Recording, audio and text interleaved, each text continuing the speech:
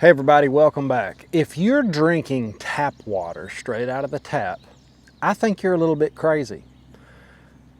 I've been traveling around quite a bit over the last year or two, and some places have better water than others. But most of the time, I can't even get it close to my mouth, my nose, my face. It smells like a cup of chemicals. This story's about water and the recent probing and the cyber attacks that have been happening from China, Iran, Russia, and it's getting worse. The EPA came out and they talked about it a little bit. Now I want to read you a little bit of the headline, and I'm going to talk about all the chemicals and some of the things that they could do to disrupt and try to hurt American citizens through these cyber attacks. It's a real thing. I'm not trying to make any type of fear-mongering video. I would just like you to have good water. Simpure filter is the one we've been using. There's an affiliate link in the description. I'll pin one in the comments.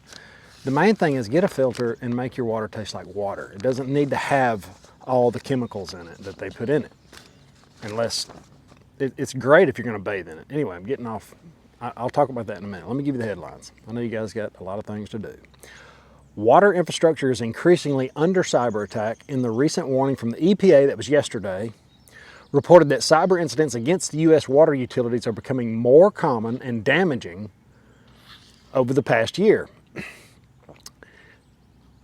The agency inspected many utilities and found that 70% were not adequately protecting themselves against digital threats. 70%. Water treatment plants rely on computer systems. If hackers can access these networks, they have opportunities to do real harm. Many utilities lack the resources to strengthen cybersecurity defense. They don't even have what it takes to even start. The American Water Works Association estimates that 1 out of 5 small utilities have little to no ability to advance protections against online threats. Like I mentioned before, China, Russia, and Iran have been implicated in recent intrusions, hoping to sow disruption and chaos. Just last year, Iran group breached a Pennsylvania plant. There's been several of these breaches. I'm not going to go into all of them, but they're warning us, supposedly. This is from the EPA, not me. Now I want to focus a little bit on the stuff that's in the water that you're potentially drinking out of the tap. Fluoride, calcium, sodium, potassium, bromide, sulfate, nitrates, nitrites, trihalomethanes, hope I said that right, arsenic, lead, and chromium. Keep in mind, these are very dangerous, and when it comes to cyber attacks, I would say the main takeaway is these chemicals are implemented through an online platform, through SCADA, Supervisory Control and Data Acquisition Systems. The computer systems are used to remotely monitor and control treatment processes. So it's like a direct threat to the water. PLCs, programmable logic controllers. These automated industrial digital computers are used to monitor electromechanical processes. Access could disrupt flows and pressures and temperatures. Chlorine treatment systems. Hackers could tamper with chlorine dosage equipment and monitoring. I haven't got to the part where how bad these things are for you. Filtration systems. Attacks could alter backwash cycles or bypass filtration. Substances like fluoride and lime are carefully dosed. Hackers might meddle with the amounts. Well pumps. Pump manipulation could impact flow or contaminate the supply. Distribution infrastructure. Valves, pumps, pressure monitoring in the pipes. Now, that's kind of a given, I would think. Now, when I grew up, my parents and I would say most of my family had a water distiller. And the stuff that would come out of that water distiller after it did its thing and it left all the contaminants behind was the nastiest, yellow, foul-smelling stuff you could ever imagine. And people were just drinking it. And I noticed this, and this was very strange.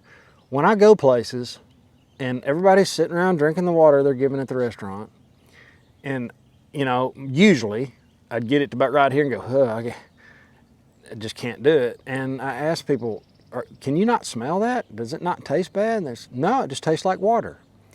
I don't know if it's because I've been my whole life avoiding the chemicals, and they're just, you know how when you consume something, you kind of get numb to it and you don't really know it's there. But it's an obvious thing to me that some people can't see. Let me know in the comments if you're one of those people. Fluoride.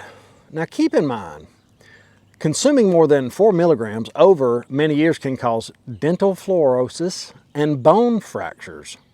Severe poisoning may threaten the kidney, liver, and other organs.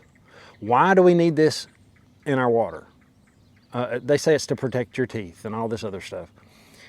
Well, it kills bacteria, just like chlorine does, right? And, well, I know for sure chlorine does. This stuff, fluoride, it's supposed to be for your teeth, I'm pretty sure.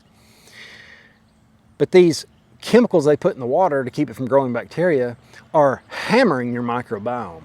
All that bacteria that's in your body that you need to process food, and your people are starving on a micronutrient level because they can't even break down stuff because they've effectively killed most of it. I had a gut issue a while back, and I had to rebuild my microbiome back up with all kind of strange stuff like sauerkraut and stuff like that. So I had to kind of go down this rabbit hole. I killed mine with antibiotics. Calcium. Drinking water with over 200 milligrams of calcium can cause stomach pain and bone damage and kidney stones. Sodium. I'm kind of in belief that you can pretty much eat all and consume all the sodium you want. I know that's contrary to popular belief. I'm not a doctor, but I did read the book, The Salt Fix. It's incredible. It explains everything real quick. 50 years ago or so, they gave a rat 10 times the salt it was supposed to have. It made its blood pressure go up, and they said, okay, humans don't need salt. Salt is how you make stomach acid. If you don't eat enough salt, it steals it from your bones. That's enough reason to maybe check the book out. Pretty neat. Bromide. High bromide consumption may react with disinfectants to raise levels of regulated disinfectant products like bromide, increase cancer risk. Sulfates can result in diarrhea. Infants are more susceptible to dehydration. There's a lot of stuff with sulfates, nitrates, and nitrites. Infants below 3 months are at risk of blue baby syndrome. I don't know much about that, but it needs to exceed 10 milligrams. Trihalomethanes. Large-term exposure to high levels has been shown to correlate with certain cancers. Arsenic poses cancer risk with regular ingestion. People that drink a lot of water, I'd say that's regular. Lead is not safe at any level. It harms nearly everything in the human body. Chromium, lung cancer and liver damage. All this is found in tap water. It's not supposed to be. If you don't have a water filter, get one. I don't care what kind you get. I do have an affiliate link for SimPure. They've got every kind of water filter you can think of, from gravity fed to under the sink, reverse osmosis, whatever you prefer. I just want my water clean. We have well water. I run it through a sand filter. I had it tested, and it's great. But if I need to start filtering pond water, I can. Or maybe you're out and about and you want to have something to filter the water when you're at a restaurant or when you're in a hotel or whatever. Water's ridiculously high at hotels. Every now and then they'll give it to you, but it's just very strange. Now, guys, that's the story on water. Have an awesome day. Later.